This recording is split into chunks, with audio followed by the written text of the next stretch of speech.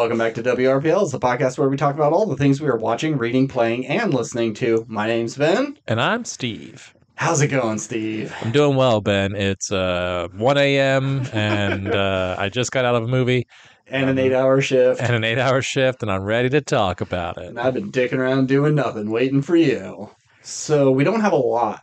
We just have kind of the main releases of this week, or at least I'll be talking about the main releases of this week. Our main topic is Strange Darling, a little indie film that kind of came out of nowhere, and just happy to see smaller movies going to the theaters.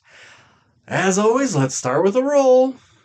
Big money, no whammies, and 3. You are not doing great. You're gonna get that veto at the end of the year. I mean, I haven't been doing great either. 12. All right. I can handle that. All right.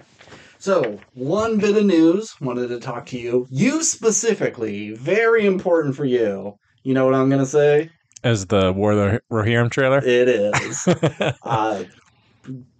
Awesome looking trailer. Beautiful looking animation. I'm not familiar with this story. Is this something that is pre-existing in like the Silmarillion or anything? If I remember correctly, there's not like a whole written out deep lore story. The king you see in this, I'm not sure if you heard his name, but his name is Helm Hammerhand, who's like the, Helm's Deep and all that stuff named after him. And, big. Like he build it? That I don't recall. Okay. I want to say yes. Sure, let's go with that. And I don't know. I'm not privy to if I think he has a storyline. I don't know if his daughter's storyline is super detailed, or if this is something they've made up and expanded. I really should do my research on it. But I know at least this event is based on stuff from at least the pet excuse me, my throat. At least the appendices. Okay. It looks great, and I'm excited for it. And there's a lot of animation coming out for the rest of the year, like Wild Robot.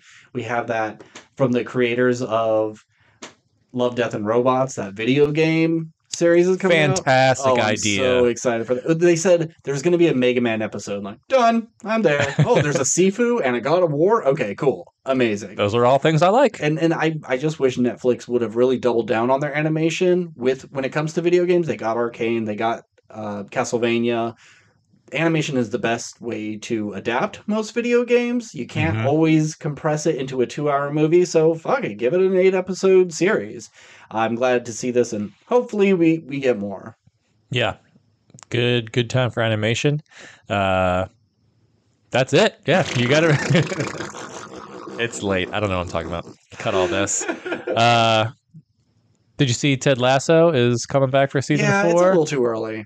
I like in 4 or 5 more years, I'd be okay with it. But it just feels like, it was easy enough to make. They miss everybody. Fuck it. Let's do another season. Hopefully they have something to say, a good plot, and it's not just kind of more of the same. Yeah, because, I feel like it ended on a good note and ended it appropriately. So to come back and, what new thing is it going to be? Like, is Ted coaching the women's soccer team? Maybe, yeah. You know what I'd like? His team is, once he's gone, they're not doing so good, and they're a desperate attempt to get him back, and I don't know if they're on the same leagues or whatever, but he has to go up against the Wrexham league, and then Ryan Reynolds and Rob McElhenney are the villains of the next season. That'd be funny. That would be really great. Yeah. Any other big news you want to talk about? No. Rings of Power comes back this week. Looking forward to watching it. Maybe we'll talk about it week to week. We'll see. Yeah. I started playing video games again for the first time. Nice. A couple hours here and there. Not as much as I want to, but hopefully I'll have some completed video games for you soon. Cool. Baldur's Gate? that's that's next. Okay, all Yeah, right, all yeah. right. Well, let's get into it. I saw all the major releases this weekend, so the first two we'll get through relatively quickly, and we'll get to our main topic. What do you want to hear I about also have first? a thing that I Oh, finished. you did? Yeah, yeah, yeah. Okay, all right. What do you want to hear first, though? Do you want to hear me talk about The Crow or Blink Twice? You're gonna hear both of them, but what do you Yeah. want to? What are you more interested in right now? I think I'm least interested in Blink Twice, Okay, even though I think that that's a better film than okay, The Crow. I'm hoping you hate The Crow so much you just want to eviscerate it. So I want to save that for a okay. nice tasty morsel of last. Sure. Blink Twice, written and directed by Zoe Kravitz, starring Channing Tatum and others. It's a story of two young waitresses who kind of get wrapped into Channing Tatum's. Oh, his name's Slater King. He's a tech billionaire. It's kind of funny. His name's Slater, and then Christian Slater is in this. It's just kind of what a weird coincidence. Anywho, he's a big tech guy, and he's got canceled for something, and he's gone away and come back and apologized. And our lead actress is just kind of obsessed with him. So she and her friend get taken to his private island where it's just nothing but good times, drinking, just basking in the sun. And then every night they do a little hallucinogenic drugs and go nuts. And they wake up the next day and do it over and over again. Start losing track of what day it is. Her friend goes missing and no one can really remember that she existed, and then they start kind of piecing things together. This movie kind of rocks. I really enjoyed it. Maybe it doesn't have the strongest ending. The ending almost feels like maybe a reshoot, Hmm.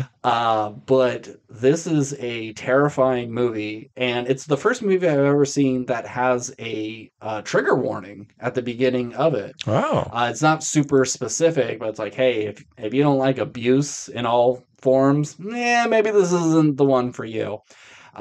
I think all the acting is great. Everybody plays like dumb and vapid very well. Yeah. And then when they're kind of aware of what's going on, absolutely terrified because our lead character and another woman start realizing why they can't remember things and they're trying to play nice without giving it away, and you could just tell that like they are terrified beyond means whenever anybody just approaches them. It's excellent, especially for a first time director. This looks really good. All the performances are great. I don't really want to spoil. I don't know. Do you want me to spoil it for you? Yeah, I don't think I'd see it anytime soon. Okay. Well, is there anything you can give me that could give me a clue where I could sort of just like make an educated guess? Give me your best guess of why you think they can't remember the night before. So, all right. Channing Tatum's tech billionaire. You said they're doing hallucinogenic drugs. Uh oh.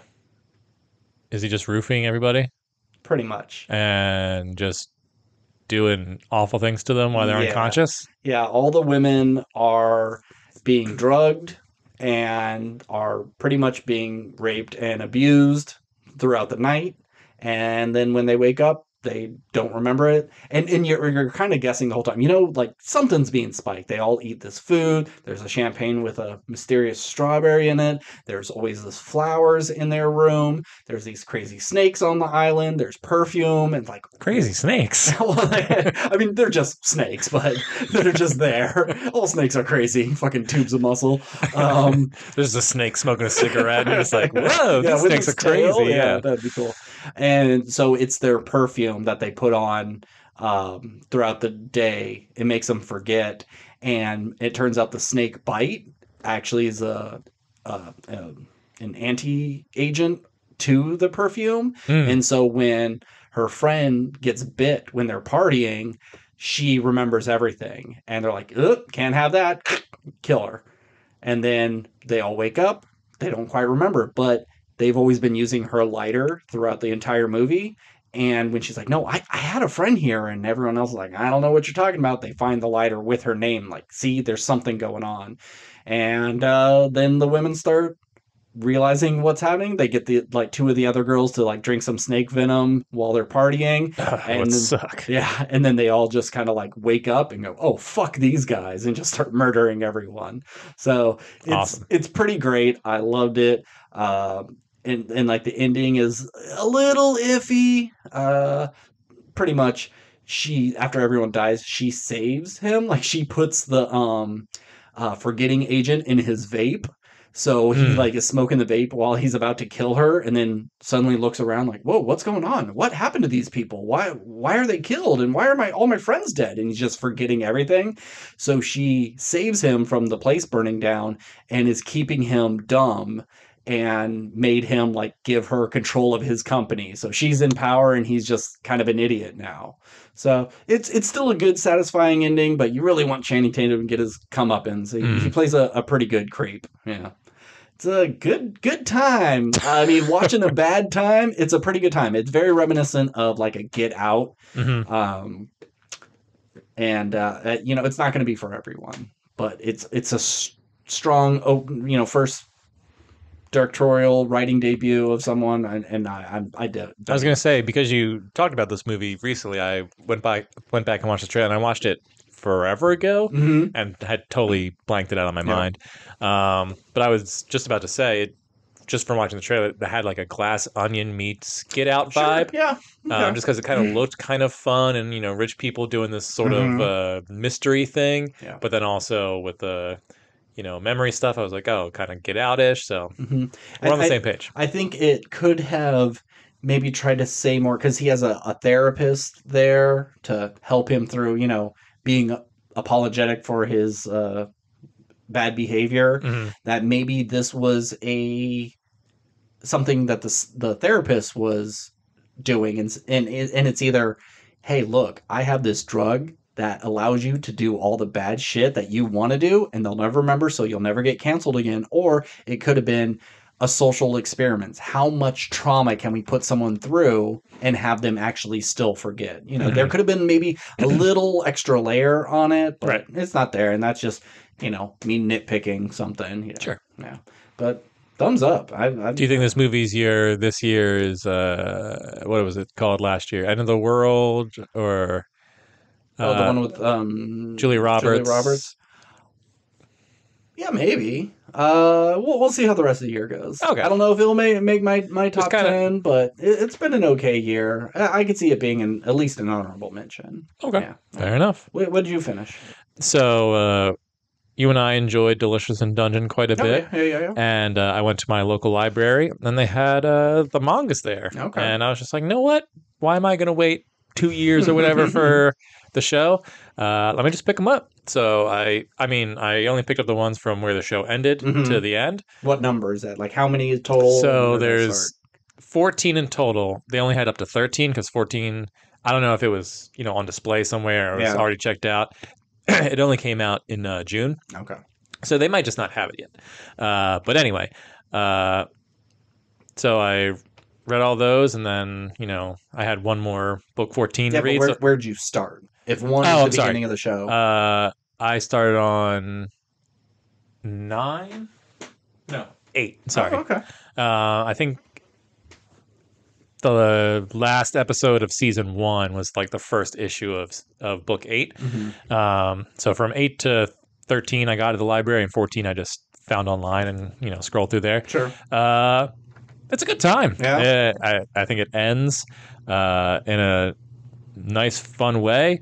It captures the tone. It goes by quick. It definitely, I think, it has some funny moments peppered in there, but really, like, it's kind of, you're getting to the meat of the story and how they, battle the Mad Mage, and in the manga, they call him the lunatic magician. Okay. Not as good of a name. Yeah. Kind of lame. That sounds like a translation. A bad translation. And then when they made the show, like, we can't use that. Yeah. Just the alliteration, Mad Mage, it flows much better. But I just think that it's been a long time since I've seen a manga that is short and sweet and like no filler. and tells a good story that's charming and fun without it being like about the power of friendship. Like obviously, Yeah. this is a group of people who are friends, and they're on this adventure together. But it kind of has something to say at the end, which I didn't expect, and just does a real cool job of like monsters and the rules of the dungeon, and how the dungeon works and operates, and how you can, loopholes in that and that kind of thing. And just like you get a little bit more hints of just the outside world a little bit too. Yeah, I mean, I really enjoyed the series, and I look forward to seeing season 2, the final season.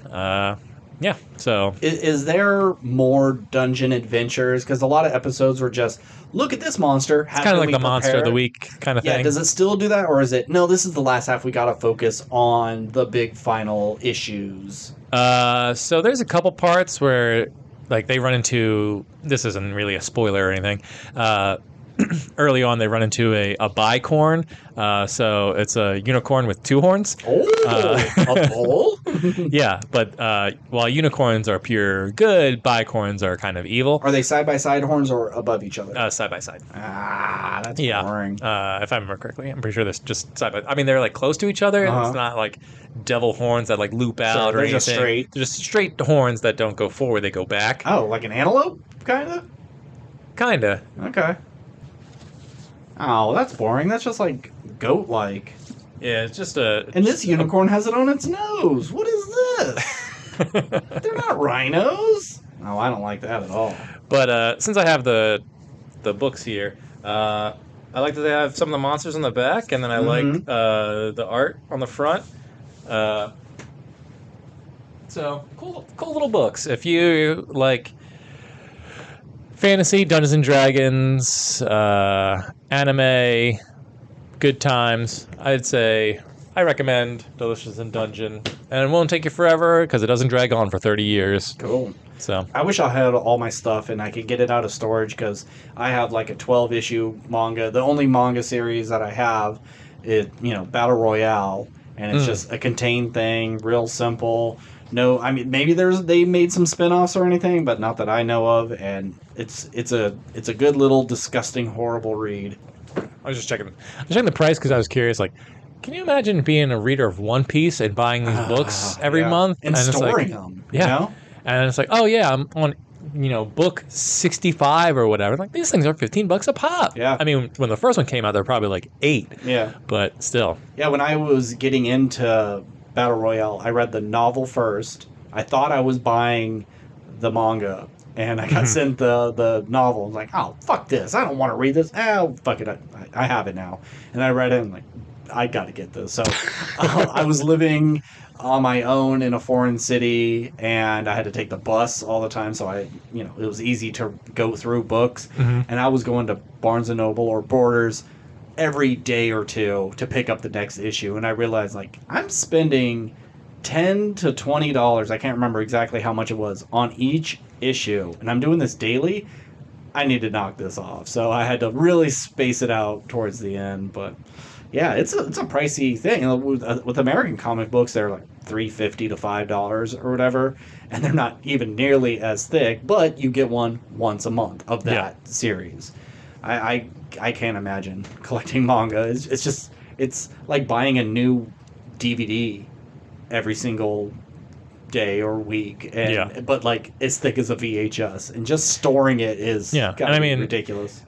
You could spend the same amount roughly on a book, and that it might take you a month to read that book, but a manga takes you about an hour. Yeah, and you're done. Just fly through it. Yeah, pretty pictures. So. Anyway, all right, let's go on to the next major release, The Crow. So before I watched The Crow, I rewatched the original Crow. I hadn't watched it since I was 13. It came out in 94. But you said you're not a huge fan. I'm not a fan. I watched it and I was like, this sucks. I don't even think I finished it. I think I was watching it with a friend and we were like, let's fucking bounce and let's go swim or something. And so sat down, rewatched it, and it's still not very good. That original Crow, it's not good. It's of its time. It's super dated now. The effects are kind of silly. I do appreciate they use miniatures for a lot of the Okay. cities, but when they're trying to make fire on top of it digitally, it just doesn't look quite right. Mm. Anytime that like people fall from a building like 3 times, it's that crazy, Die Hard or Yeah. RoboCop falling. It's not I'm great. laying on a thing on my back and Yeah, pretend. Yeah, yeah, yeah. yeah, and some of them even look like they're being hung from a hook, so they're like crouched at the stomach and they're falling like face first. And like, Mm. nah, that it doesn't look right. Uh, Uh, Let me ask something. yeah, As a fan of wrestling, mm-hmm, I'm not a historian on wrestling. yeah, You were a little bit more so, I think. sure. Uh, what came first, the Crow or Sting? The Crow. Okay. Yeah, And was Sting was Sting? around, but he didn't have that makeup. n- Did Sting kind of pull his He makeup from the stole it Crow? from the Crow. Okay. Absolutely. Uh, I wasn't a big WCW guy, and Sting was. I was a WWE guy. But yeah, he stole it from the Crow, and like I feel bad saying it because he died making this movie. But Brandon Lee, not a good actor. He's this character. It's it feels like he watched Jared Leto's Joker in Suicide Squad and Hmm. then modeled it after that. Like this is a perfect role for younger Jared Leto. It like down to some of the facial expressions he makes. It's exactly like that. So if you like that character, maybe you would like The Crow. It, he tries to be funny at times. He's not as scary as I thought he would be. He's making jokes and just having normal conversations. He's not putting on any sort of dead man voice or anything. He's just a guy with white makeup on. The main issue with that first Crow movie is it opens with him being dead and his girlfriend being dead and the cops cleaning up the crime scene. You don't see that go down. You don't see them in a relationship beforehand.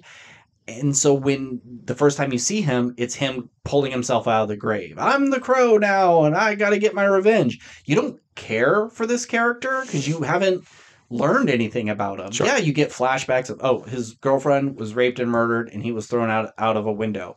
That sucks, and enough justification to get any sort of revenge, but you don't know who he is. And the only person alive that does is this little girl, and there's just not enough there. He's even like they talk about how he's in a band, but he doesn't visit his band members and them saying like, "Oh my God, we thought you were dead. We had to replace you," and nothing. It's just him getting revenge, and it feels a lot like that original Spawn movie. Yeah. And you could really tell the the evolution of that sort of goth punk attire with like this and Dark City, Hackers. I think Hackers came out before this though. Blade, and then The Matrix. You Hmm. could see how like they all kind of take take a little bit of something from each other. There's a lot of kind of almost monochromatic scenes with just bright red light and black and white, and they wanted to shoot it in black and white, and the studio shut it down. I think it may have helped. If this was shot like a Sin City movie, Yeah. I think it would look a lot better because his makeup and everything, it's just stupid looking. Yeah, like his normal flesh is flesh colored, and then he's got this white makeup on with the black lines. It doesn't like there's no need for him to have that. He just kind of does it to himself, and it looks really, really silly. Hmm. So Wait, so does he like wash his face when he's it's not in murder you don't mode? you always see him Or with it on, okay. but it could be like smudged. They said they wanted Brandon Lee to put on the makeup before he went to bed, so when he woke up, it kind of had like just like he's been in it for a Yeah, while, yeah, and so he never really washes it off. But it's never looks exactly the same. I was just talking to Nick earlier. If there was something, because it's like the two lines down the eyes yeah. and then the big Joker smile. If they tied it in with, say they took two knives and they gouged his eyes out and cut him up because like, oh, you can't be witness to this, and then they took like a garrote and tried to cut his head off, but they caught him in the mouth and split it open, and that's what created those lines. And so when he was resurrected, those were black and rotted. Hmm. Okay, it makes sense, but he just kind of does it to himself.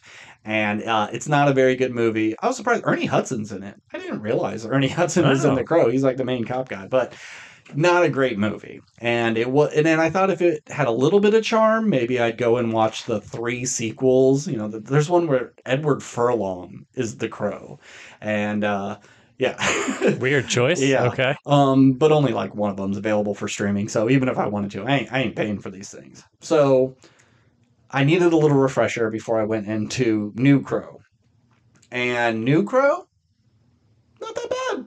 It's not a bad movie. I know people are shitting on it because The Crow is special to so many people, but as someone who doesn't find that movie all that good, this isn't that bad. It really isn't. You get to learn who he is before he's the Crow, his relationship with his girl. That's half like the trailer was Yeah, just yeah. like It's their the relationship. first half hour of the movie, and when you think back to the original, and you don't even see them just having a meet cute or anything like that, it's harder to back him. So it's already better because it has backstory. It is a little long. It's almost 2 hours. Doesn't need to be, but I did feel it. It went by at a good pace. His makeup is stupid too. Sure. They do the connect the eye to the mouth, very Pennywise esque. Yeah, well, watching the trailer, I was like, it just looks like Pennywise, but he didn't use the white, and it Yeah. just And I'm really. glad they didn't use the white, but it needed to be something. Like if, cause he just does it. It's just tattoo ink. He just puts it on himself to look cool when he goes into his like big final showdown. If it had something to do with being brought back to life, and that's the evil coming out of you, it starts around the eyes and it gets Sure. more and more. But it's just my tattoo friend died, so I'm I'm gonna put some edgy. shit on. Yep, I'm gonna look cool as fuck. Yeah, if you took away the Crow makeup, the Crow that follows him around, and the title, the Crow, this could be anything. A man comes back to life to get revenge on his. It probably was, or it was a might have revenge been. film, and they were like, "No, what? We'll kill him," and then now it's a Crow movie. Sure, maybe it was, and I think because it has that branding, people are instantly going to go, "Oh, why are you remaking this? Oh, it's so disrespectful to Brandon Lee." Fuck you. They made 3 sequels. They made a sequel to the first one like a couple years after.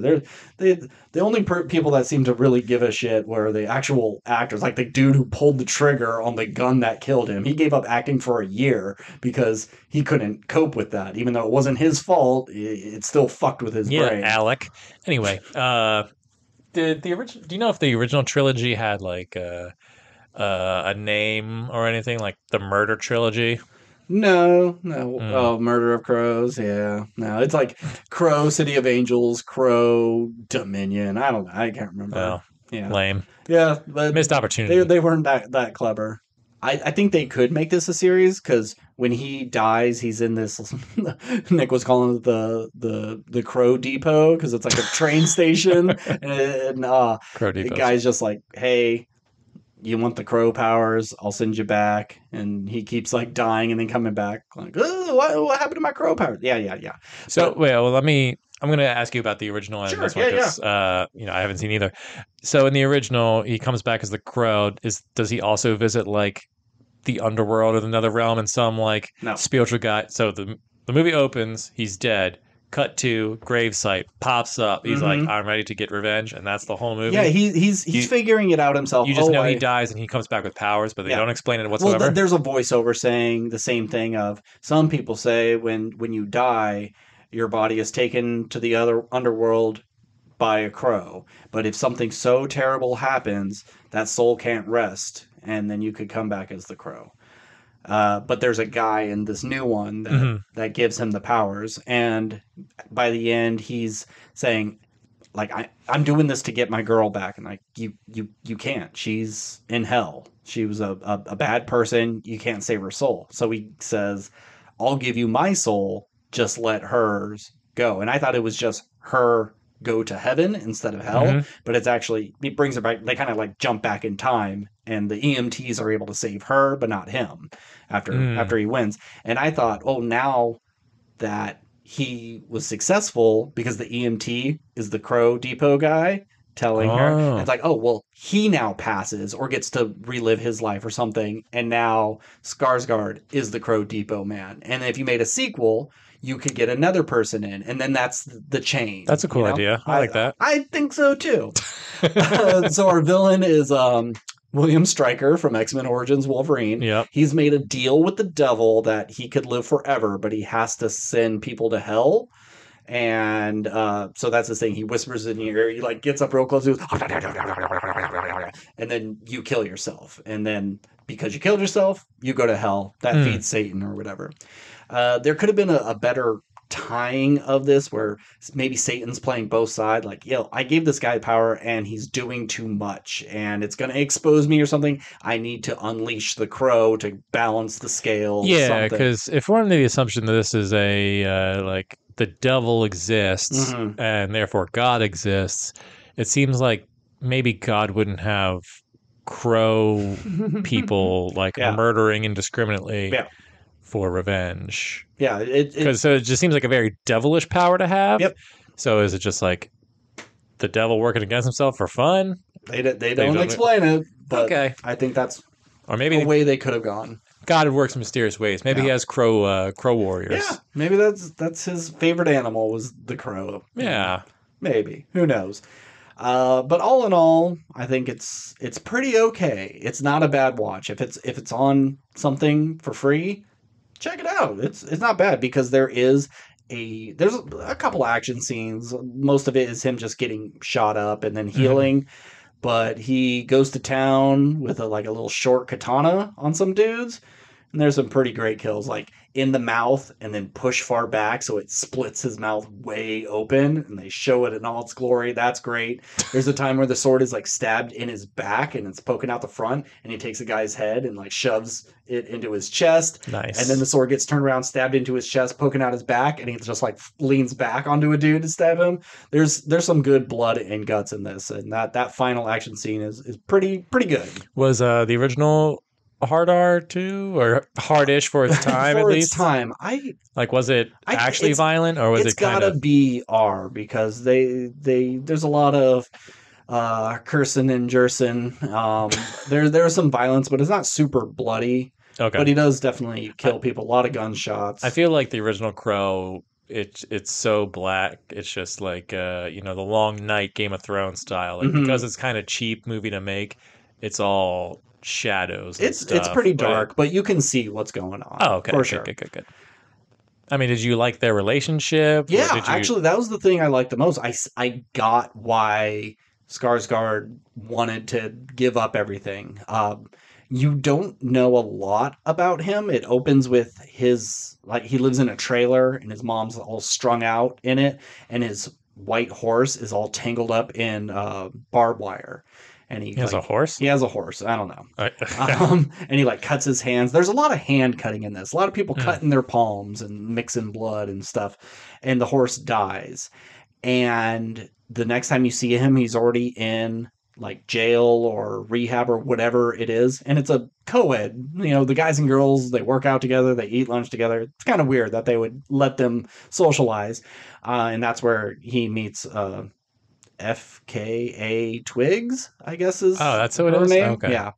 I've never heard of this person. I guess she's a musician. She is. So if you I don't know her songs, but I do know that name. Yeah. There's a quick flash of stuff, when you see into someone's mind and quick flashes of their past. There is a shot of his trailer on fire. So I think, I'm just guessing here, that after his horse died, he lit his trailer on fire because his mom was so strung out, she couldn't save his horse. And so that's what put him in juvie or whatever this is. And he's just been there ever since. Oh, okay. Yeah. And I think they're cute together. They work. I like their relationship. It's very Joker and Harley, but without all the... negative drama stuff. They seem those we're dirtbags and we'll just squat in a place and we'll do drugs together, and as long as we have each other, that's all that matters. So it'd be nice if people have that, I want to find my Joker to my Harley. Sure. Yeah. Find your crow to your whatever her name is. Molly? Holly? I can't remember. I'm so bad at names with movie characters. But yeah, I believe them. Yeah. Do you feel like this was a good choice for Skarsgård to do after doing Boy Kills World? Boy Kills World? Because it feels like they're kind of too back to back. It's like is a watching little Bruce Willis do all these like dumb straight to DVD yeah. action Yeah, movies if you over and had over something again. like, that Blake Lively romantic comedy that just recently came out. That it's not a romantic comedy, You're but you're right. yes, You're right. The it's story. marketed as one, but it's not. Yes. Oops. If he was in that and was played the good guy, that probably could have helped him have a little something in the middle. Um, but that movie didn't do too well. This movie's not going to do too well. I don't think it's going to really hurt his career. He's like a super tall, super buff, handsome man. He's Yeah, I mean, I fine. don't mean it as like a career choice. It just seems odd that you would go like, oh, I just did this, you But you never know know. with their shooting schedule. He may have shot The Crow first and then did Boy Kills World, because someone dropped out. You Sure. never know. I mean, I get with the Crow, maybe you were thinking like, oh, this is going to be big budget. The other one was like kind of indie or whatever, Hmm. but this one's big budget IP, and just like, oh, so this will be the one I do for them, so I can do another weird Yeah, thing, I don't know, maybe. like what was that horror movie he was in where he was like with the lady in the basement. He was the guy who booked the Airbnb at the same time, and you're Oh like, yeah, oh, he's Barbarian. Barbarian. Yeah, yeah, yeah, Yeah, yeah. yeah, yeah, See, you do the Boy Kills World, then Barbarian, then this. yeah. Like Uh-huh. it's a natural progression, but Sure. just two samurai sword emo guys, like whatever. Yeah, Anyway, okay. Well, I'm yeah. surprised. All the reviews and everything I've seen for is like The Crow is hot dog shit. I would not call it hot dog shit. Okay. It's not great, but I wasn't bored watching it. It just falls in that category of. I mean, does it feel like a movie that probably would have been more popular in the 90s or what, like a Death Wish or even a Death Sentence starring Kevin Bacon? You remember that movie? Yeah, like Or early 2000s, or I guess that was late 2000s. That was like no, I think it was 2010, 2011 was Death Death Sentence Sentence. 2011. Yeah, because I was like 30 something at the time. Echo. When did the movie Death Sentence come out?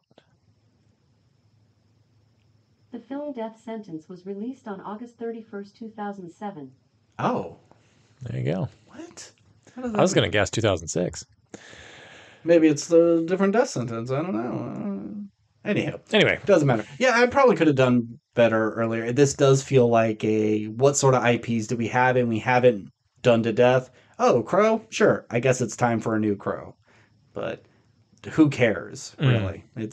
I've never read the comics. I don't know how popular they truly are. I don't even, when it ended, did it even end? Is it still going? do Probably you know if not. they're even remotely accurate to I the heard comics? that they are not. Both movies are not accurate to the comics Okay. at all, and the creator is not happy with both of them. But yeah, who knows?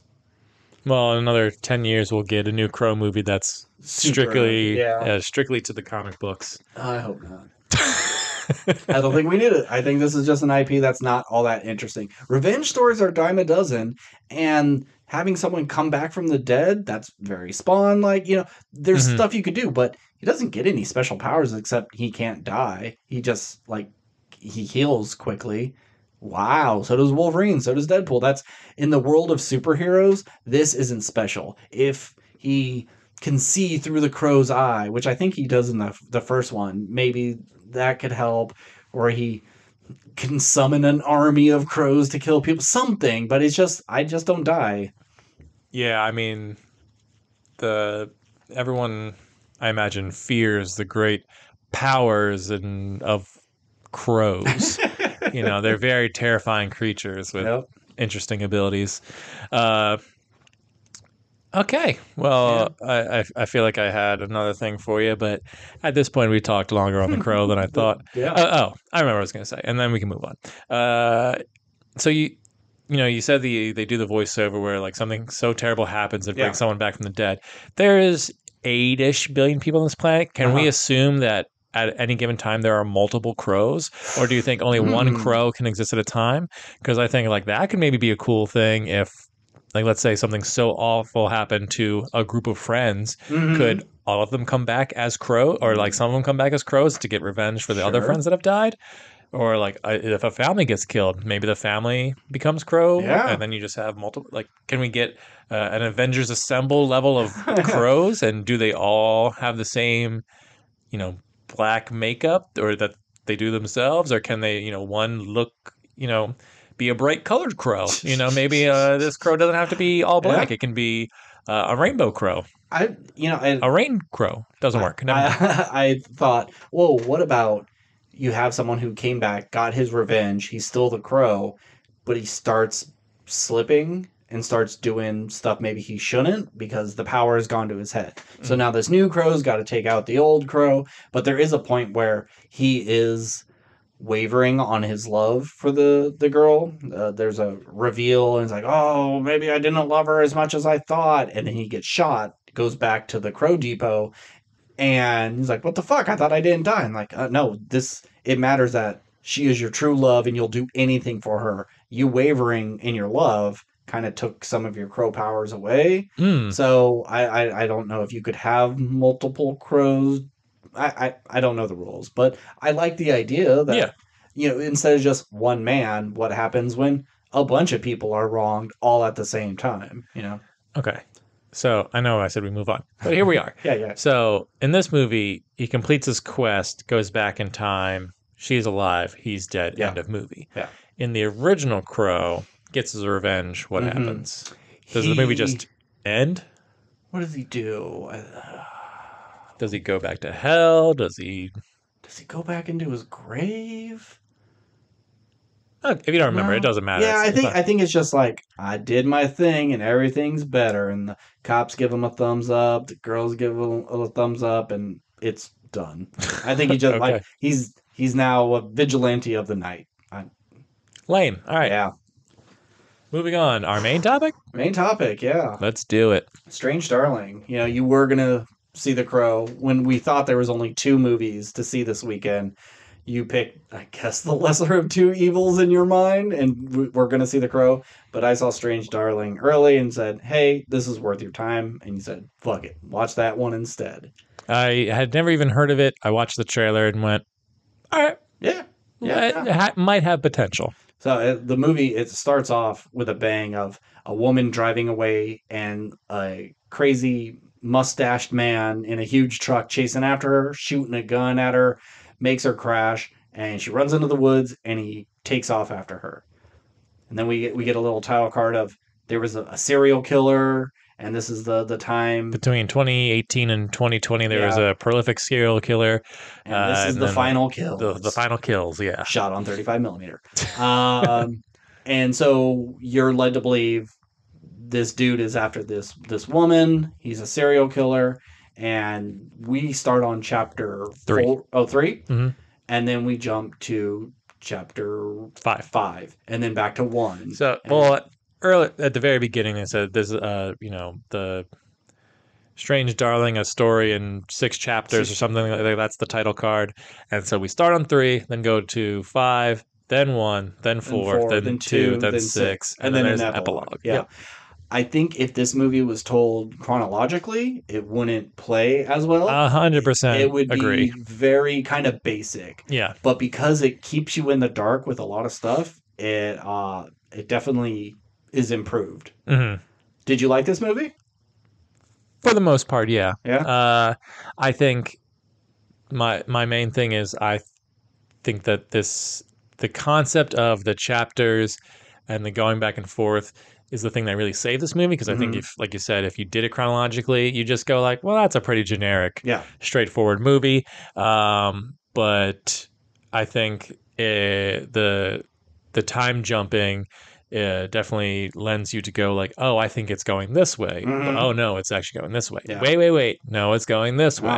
So it's a very fun storytelling device, very Tarantino-esque, and I feel like this... the movie looks old, even though it's set in 2018, 2020. It kind of looks shot on 35 millimeter for you.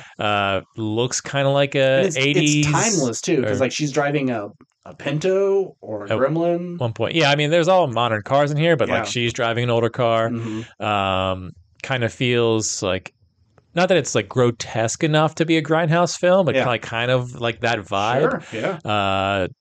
Because I think if you just kind of graded, was it graded up a little bit, gradient, degraded a little bit, have some of those like film scratches, burn marks. It could feel like something that you just pull straight from the 70s. I'm glad they didn't do that. No, I don't think it would have benefited anything. Or if you were going to do that, you'd have to actually set it in the 70s if that's kind of like the story you want to tell. But I enjoyed the look of this movie and kind of how like cheap it looked, but also with the storytelling devices and sort of the fun soundtrack and the and some of the shot choice and stuff. And I was like, oh, this was like a fun little surprise. Yeah, I really dug this movie, and I had only heard one or two reviews saying, hey, this is something that's really good. Go into it blind. I'm not going to tell you anything. Like, okay, cool. I expected it to be a streaming movie, and sure enough, it shows up at our theater. And I'm glad our theater's getting some of these smaller movies. Yeah. You may only get a week to watch it, but give them a chance. And this is definitely a word of mouth movie. It's not going to be in the top 5 of the weekend, but if given a chance, I could see this growing. Yeah. And I didn't love Cuckoo and, Long Legs we enjoyed on various degrees. But this, I think we've had a good like month and a half or 2 of just kind of like these smaller like horror thriller things coming out of the woodwork and, kind of being surprise like little darlings. So that's been a fun trend to see, especially for someone like me who doesn't seek these kind of movies out particularly because I don't like this horror, poster, even though that this isn't a horror film. No, it's a thriller. But if you saw this poster on Netflix, you would not have clicked on it probably. Let's get into it. All right, so yeah, let's break it down by chapters. So chapter 3, we already said car chase sequence. She crashes, she runs. End of chapter 3. Cut to chapter 5. We have a nice long tracking shot of, according to the IMDb, his name is the Demon. The Demon and the Lady. The Demon and the Lady. And we have him with his rifle just going through this house. Oh, at the end of chapter 3, she finds a house. Yeah. Ed Begley Jr. Ed Begley Jr. opens the door with his wife, who I'm just happy to see Ed Begley Jr. He's one of those actors who's just like, he's never necessarily done anything like grand in terms of like, there's no like Ed Begley role, right? Yeah. Maybe there is back in the day, but it's just like, he was Saul Goodman's boss for one season. Yeah, he's just one of those character actors who shows up in a bunch of stuff, and you're always just like happy to see him. Yeah, in the game for a long time. Anyway, and chapter 3, chapter 5, we have the Demon going through the house. He's shooting like chest of drawers because he's like, I know this chick's hiding in here somewhere. Going here, kitty, and being a real creep. Going around, and we see that there's a dead body on the floor. Like, oh, must have killed that guy when he broke in, because we just see him in the house. We didn't see him how he entered the house. And then he, like, I guess leaves for a minute, and we see, I think it's still in chapter. Oh no, he eventually shoots the freezer, and she screams. Cut to chapter 1. They're on a date. They're sitting in a car outside a motel, like, hey, are we gonna fuck? What's going on? And she's grilling him and letting him know, like, this shit is fucking scary for me. I'm a woman, and you're just some random dude. You could be a serial killer. I don't know anything about you, but I got a good feeling. At this point, as a member of the audience, we assume this guy is a serial killer because all evidence points to that. And she's like, so let's talk about what you're going to do to me. And we cut to bedroom scene, and he's like choking the shit out of her, and like, oh, he's the killer. And then, no. Well, because another fun thing is the movie opens, I think the first actual shot of the movie is him choking her. Choking someone. Yeah. And, you can just hear her, like, it's not one of those fake out things where he's choking. It looks like he's choking something, but really it's like, a jar of pickles. A jar of pickles I can't open. Yeah. No, he's shirtless and definitely choking someone. Yeah, you can hear the gas of like, I'm dying. But it's just role play. She asked for this. She likes to be kind of bound and I don't know necessarily humiliated, but like kind of put in peril. Domed. Yes, exactly. Is But you're the no, expert. that's not what I'm saying. I'm just saying all the the terms. light version for the simplification purposes. Yeah. But like she's not feeling it at certain times, and they kind of go back and forth like, oh, this is all just an act. And then he like really attacks her and you're like, oh fuck, he's really gonna get her. No, that was all part of the role play as well. And I think it's pretty much done with that. Like we see it's a back and forth thing. He's kind of not into it, but is willing to go along with it. She's more leading the charge. Yeah. And at this point, I was like, okay, I think I know where this movie's going. I see what this is. Mm-hmm. And it's at this point where I'm thinking like, oh, so everything we've seen in the future, is this just like one big sexual role play thing? Oh, because that's what I thought it was going to be, was just like, maybe they are into like murder or whatever, but like her running from him is just her like part of the foreplay aspect of it. It's like the if chase. If you can catch me, then we can finally have sex, and it'll be like the best sex of all time or whatever kind of thing. That's what I thought it was going to go. Yeah, and that could have worked as a plot device too.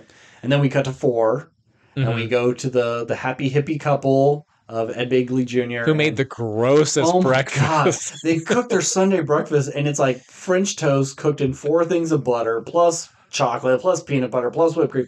It's just drowning in grease. It is awful. The plate is sopping wet. It's disgusting. But they're happy, and I love these two. Sugared fat. Because you could tell, like, they were rebels when they were younger. He says he was like a motorcycle guy. She was more of a hippie chick. But they can afford this house in the middle of nowhere. They made their money. They're retired. Now they're kind of like Sasquatch truthers. They're just kind of like weird, burnt out people, and they're just enjoying each other's lives. And I forget the actress's name, but Barbara Hershey, I think is her name. Oh, okay. Because I've seen her in a bunch of stuff too. I looked at her IMDb and was like, I kind of know this stuff, but I don't really know her. I know that name, but I don't really know any of these roles. But they had to get some like classic actors in there. Yeah, they had to put some credit to it.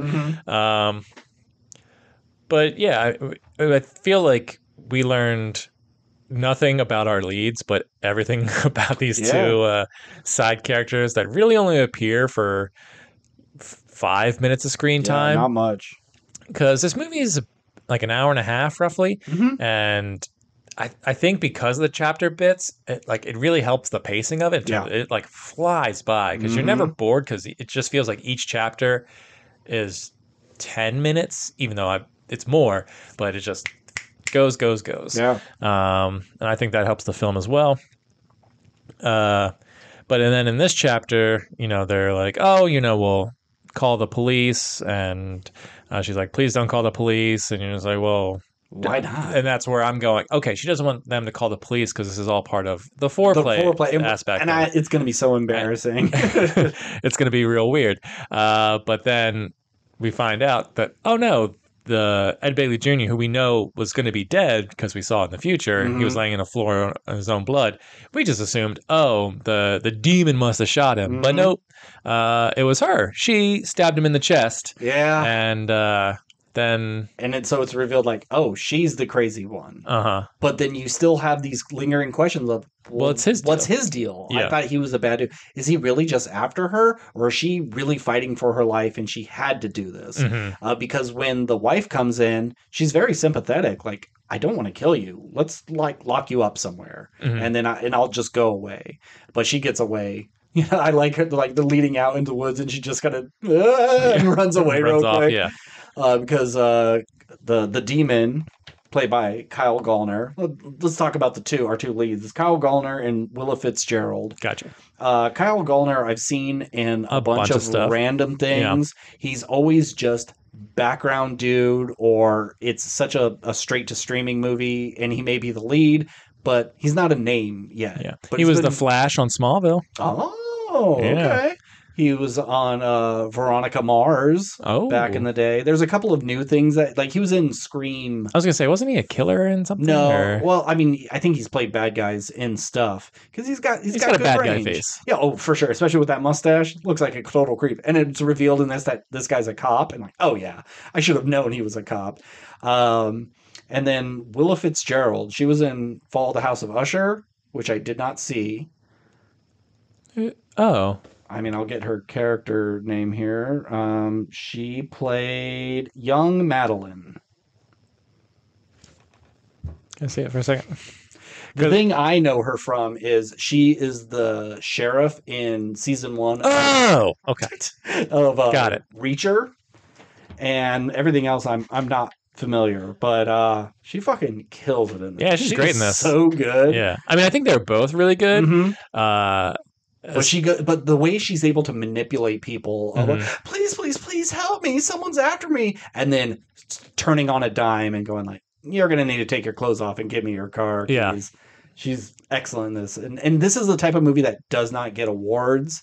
Oh no, but no. I would love if they would at least take a look at her for Best Actress. She's so good in this. Yeah, I mean, I feel like there's not really like a scene that's so meaty. It's going to be the scene that you like play at the Oscars per se. Sure. It's not the like profession of love in the rain or the like big speech about the Nazis or whatever. Yeah. But that like she's excellent in this. They'd probably use her sitting in the car, and the final line would be, "Are you a serial killer?" And then you cut to her in the audience, everyone's clapping. But no, I think you would do the freezer scene. Oh yeah, some section of that. Okay. Because that's like the long, slow tracking shot moving in towards her as she is like doing her whole spiel. Yeah. Okay. But anyway, but both awesome performances. I give it up to them. They really sell it. And so we were at 4. Yeah. Now we're back to 2. Where the turn happens, and she wants to do a little drugs. She does a little coke. They're still in the hotel room. Yeah. They're like trying to make the sexy times happen, Yeah, but it's still a little like awkward. She's going back and forth, and you know, at the like whatever everyone's thing is, that's great. Yeah. I would have checked out a long time ago. This would not be my thing. No, me neither. I would not sign up for this kind of. I can't be mean when it comes to sexy time. And you know? I don't think anyone would even believe me if I like even tried to sell it. Hey, you dirt bag! I'm gonna choke you. That's my Steve impression, I guess. Yeah, thanks. You nailed it.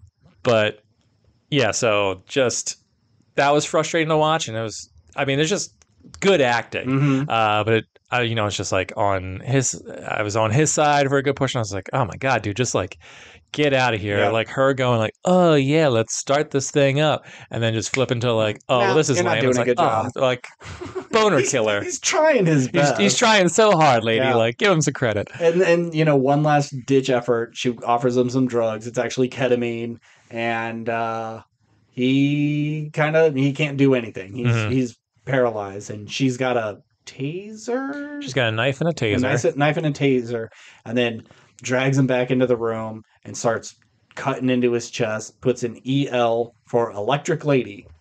Don't love that name, but when you're a serial killer, most of the time the news gives you your moniker. So, which we'll get to that name later. Okay.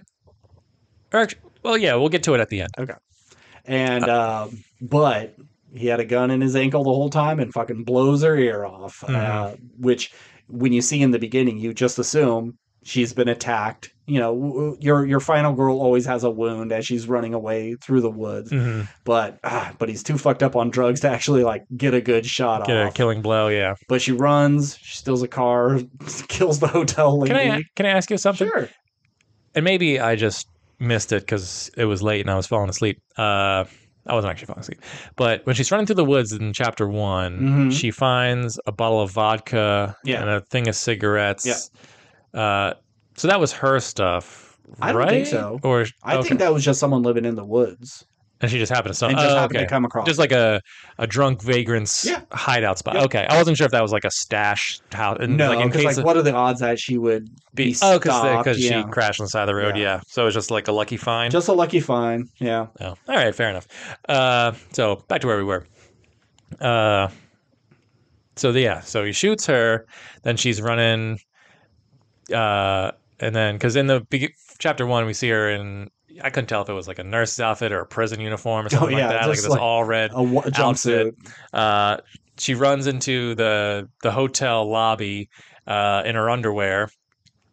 And it's just like, I need help. There's a guy trying to kill me. And they're like, all right, we'll call the cops. And she's like, God damn it. Stabs this lady. and then once again is being very reasonable. Like, hey, I don't want to kill you either. Just give me your clothes and give me your car. And we never see if she does or does not kill the lady. But I could assume she doesn't. I could assume if she was willing to let someone else get away, then I'd be like, okay, she let this other lady get away. I did like how the nurse was just like, yeah, I don't want to get involved in this. When she was asked to call the police. My shit's over. Yeah, it's like, this is too much. And then that takes us up to the car chase. Because the demon, he's using her coke, it's actual coke, to kind of juice himself up. I thought that was a fun. Yeah, because in the beginning you see him just like snorting the shit out of the bed, like, oh my god, this guy's just crazy. No, he's just trying to keep himself up so he can drive a car. Yeah, he's got uppers and downers. And then we jump to 6, the end, where he's shot her in the fridge, and they're just having a little heart to heart. He calls his cop buddy friend, like, ooh, I fucked up, man. I fucked up. So, he's probably done something bad in the past. He does mention that he's like in the process of a divorce. So maybe he does have some bad intentions in his heart. Maybe he's not the greatest of a guy, or it could just be cops look after each other. Right. And then Gomez from Breaking Bad shows up. Well, not yet. So she has her nice little monologue, and they go back and forth. She's handcuffed to the fridge, and he gets a little too close, and she fucking bear maces him, which I think I brought it up before. Bear mace is actually not as bad as human mace. Okay. Wow. You think it is because it repels bears, but actually bears have such sensitive noses that regular human mace is too much for them, and it could actually like make them even more mad and kill you. So bear mace is actually a softer dose. It's just kind of in that can that lets you spray from very far away. Okay. Yeah, but he gets bear mace in the face, and then she bites his neck. Bites his fucking neck and kills him. He fucking bleeds out there. Like, our hero that we only recently discovered is our hero just fucking dies. And then when the cops show up, she pulls a Gone Girl and fakes the whole thing. And it's so hard. Like, you want to believe victims, and the female cop is doing the right thing. Like, look, this person, her pants are off. She's handcuffed to this thing. She's bleeding. Like, she had to fight for her life. And this is that one time where, don't believe the victim. So some of the messaging is a little weird in this movie. We'll get to that at the end. Okay. But so they put her in the car, and they're driving, and then they stumble across the old hippie lady. Just, hey, you got to help me. They killed us, and once again, this is one of the great things about this device of like jumping back and forth, because you're just like, you kind of maybe not necessarily forget about that thing, but it's like, where is that going to pay off later? And everything that you see always pays off, whether that's in the past or in the future. You just like, you get those little nuggets, and that's always fun to see them, coming back. Yeah, it's like things that would normally be foreshadowing or like post-shadowing. I don't know. What's the opposite of foreshadowing? Payoff, I guess? Sure. Whatever. And then she pulls a gun, shoots the old lady. God, made me so sad. But at least they're together now, because I don't think she'd probably do very well without her hippie husband. Yeah. And then, once again, very reasonable psycho killer, and lets the female cop go. It's like, you did right by me, and I appreciate that, so I'll let you leave. And I was thinking like, oh, maybe she just doesn't kill women, but it's like, no, she killed the hotel manager. And I think we'll get to it then, because okay, you have so much to say about the end. No, I mean, it's just, we'll get to like the deeper meanings that I want to talk about. She confesses to the cop, like, I'm the electric lady. Yeah. And oh, you're gonna kill me? And like, well, we'll see. And then blam, because she has a vision. Yeah, she says she sees demons. And that's why she kills, because he asks her, like, why'd you kill all those people? Yeah. And there is a part when they're in the hotel when she kind of loses interest. She's just looking at Kyle Gallner, and we get a second flash. I don't even know what it is. It's like that one frame of like the penis in Fight Club. You just even shorter than that. I could tell that was a penis. I just saw like gold. It could have been fire. It could have been a mask. I have no idea what she saw, but that's a little indication of she's crazy more than likely, and that's just. I mean, maybe it's a frailty situation, and you know she's actually seeing demons. But she sees that with our cop character, and then just instantly blows his brains out. Crawls out, starts walking on the road, pulls the old crocodile tears one more time with a woman. Oh, now we're in the epilogue. And now, this is the epilogue. This woman is like, "Oh, my sweet darling," and calls the cops, and she's out of it. Goes to pull a gun. Cop lady, or the lady in the truck, the lady who picked her up, was hip to her.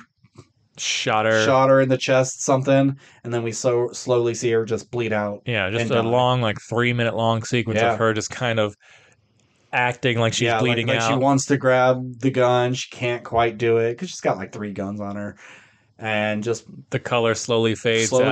Beautiful ending, and then that's just the end. The end, yeah. So now that we're at the end, what do you think this movie has to say about women? And what's the message of this movie? Because at first it was kind of like, you know, when she was in the car and she was talking about like, you know how scary this is for me, and to like anytime a woman wants to hook up with a man, it's just 2 people in a room together, usually, and chances are you're stronger than me. You could kill me in a moment's notice, and no, I wouldn't be able to stop you because you know you've cornered me into this room essentially. And obviously the twist is like, well, I'm the danger. Yeah. But then, you know, like you said, we have the part where the woman cop shows up, or the woman cop, the 2 police officers show up, and the female cop was just like, oh, this woman is making assumptions. While the male cop is like doing the right thing. It's like, well, we need to like, we can't just assume that it's like, well, all the evidence right here says it is. They could have at least patted her down. And I think in a real situation they would have. But whatever. And then, because I thought the same thing too at some point, where I was just like, oh, well, maybe she just doesn't kill women, but then she's killed multiple women in this movie. So, and maybe this movie doesn't have really a message at all, and maybe I'm just trying to read into it. But most of the time, like, movies have messages. Like, I'm just curious what your interpretation of like what the director is trying to say with like women in this kind of story, the situation. I don't think the message is like, see, you can't trust all women. I don't think it's anything negative like that. I don't know. I'd be curious to like see some interviews, because it piqued my interest. I had a good time with this movie, and I thought everyone was great, and I thought it looked pretty good. Danger could be around any corner. Don't trust anybody. I don't know. Is it just very nihilistic in its worldview that everyone's got something bad about them, and when you try to do good, it's going to bite you in the ass, so don't do good?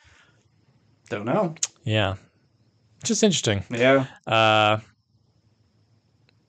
So another thing I want to talk to you about, say for the end, was, so they call her the Electric Lady. Yeah. And we see that she has a taser at some point, which she never uses. No. And I assume that, my only assumption is they call her the Electric Lady because she tases her victims and then kills them. But I don't think it does a good job of like establishing that. Yeah. It's world building of something that you're not quite privy to. Yeah, because I feel like if they're calling you the Electric Lady, okay, electricity has to be some part of your shtick. They called him the butcher in Trap, and we know he's cutting up people. Yeah. That makes sense. You can infer a lot of stuff. And I guess we just have to take she probably just lures people, and if they don't want to do the drugs, she has the taser, tases them, then ties them up, carves the name, kills them. Because obviously this is the one that, got away. This is the botched job of, I didn't do my serial killer due diligence,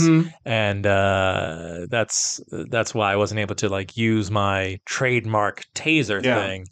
Yeah, you think like maybe she would just cut it into him and then just go like zap zap, electric lady here, just I got to make sure I get one in. Yeah, I don't know.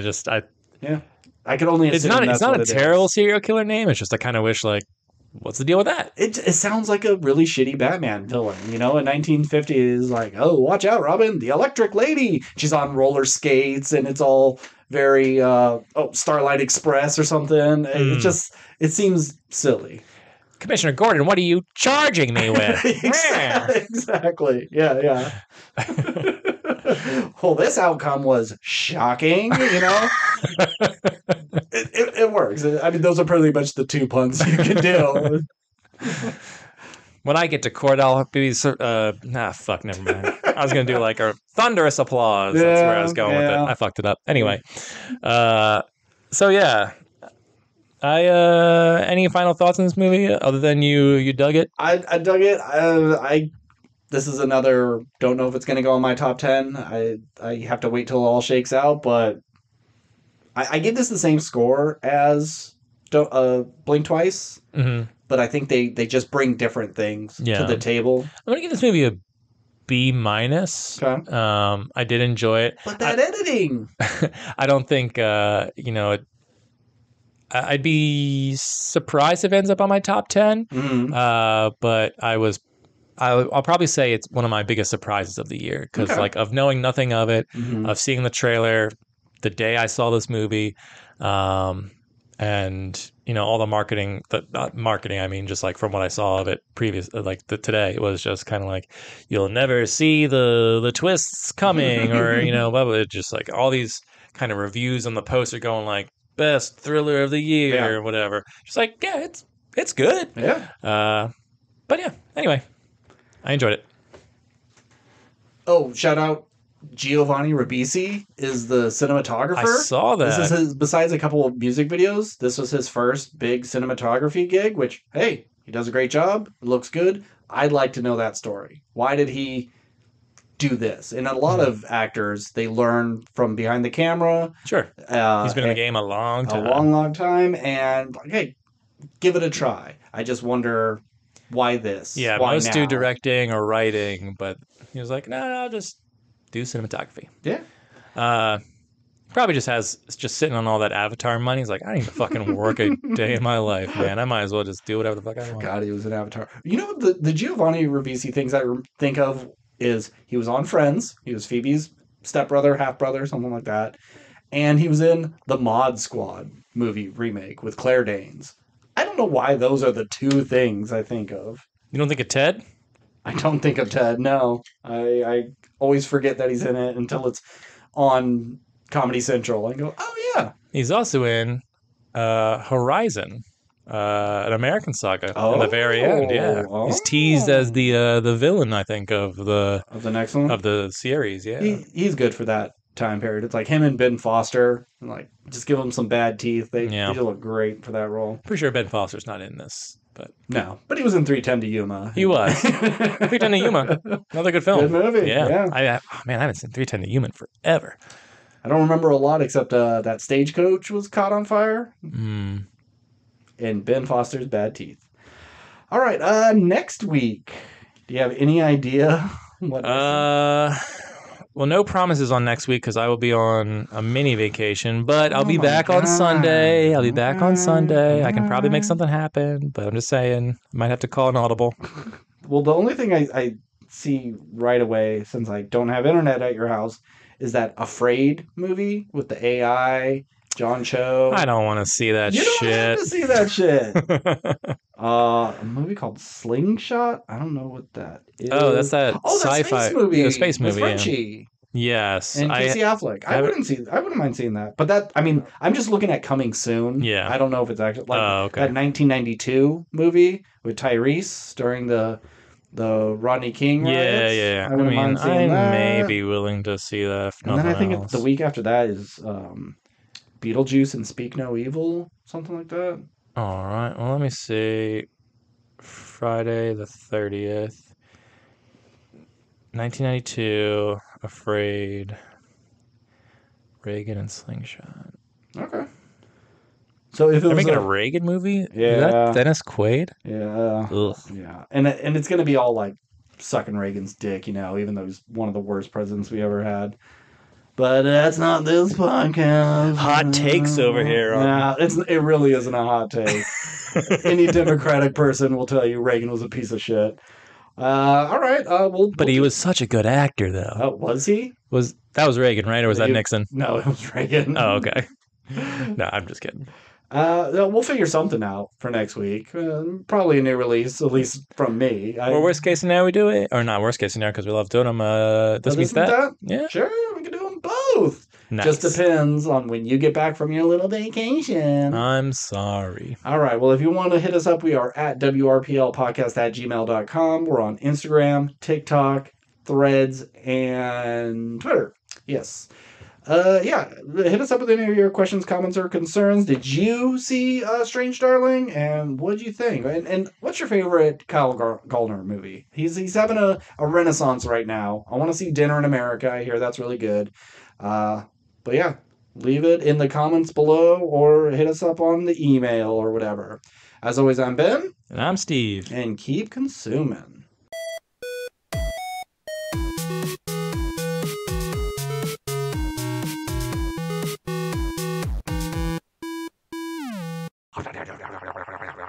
And then you kill yourself.